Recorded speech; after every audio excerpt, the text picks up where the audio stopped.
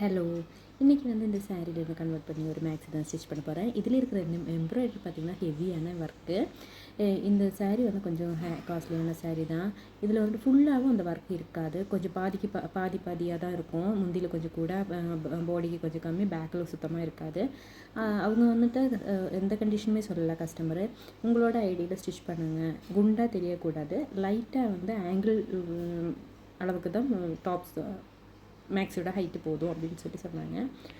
Okay அப்படின்ட்டு நானும் வந்து பேனெல்லாம் கன்வெர்ட் பண்ணியாச்சு, ஸ்டிச் பண்ண ஸ்டார்ட் பண்ணியாச்சு. இன்னொன்று வந்துட்டு இன்னொரு கஸ்டமர் வந்து சொன்னாங்க, அக்கா நீங்கள் வந்து ஒரு சிலவங்க வீடியோ மட்டும்தான் நீங்கள் வந்து அப்லோட் பண்ணுறீங்க, எடுக்கிறீங்க.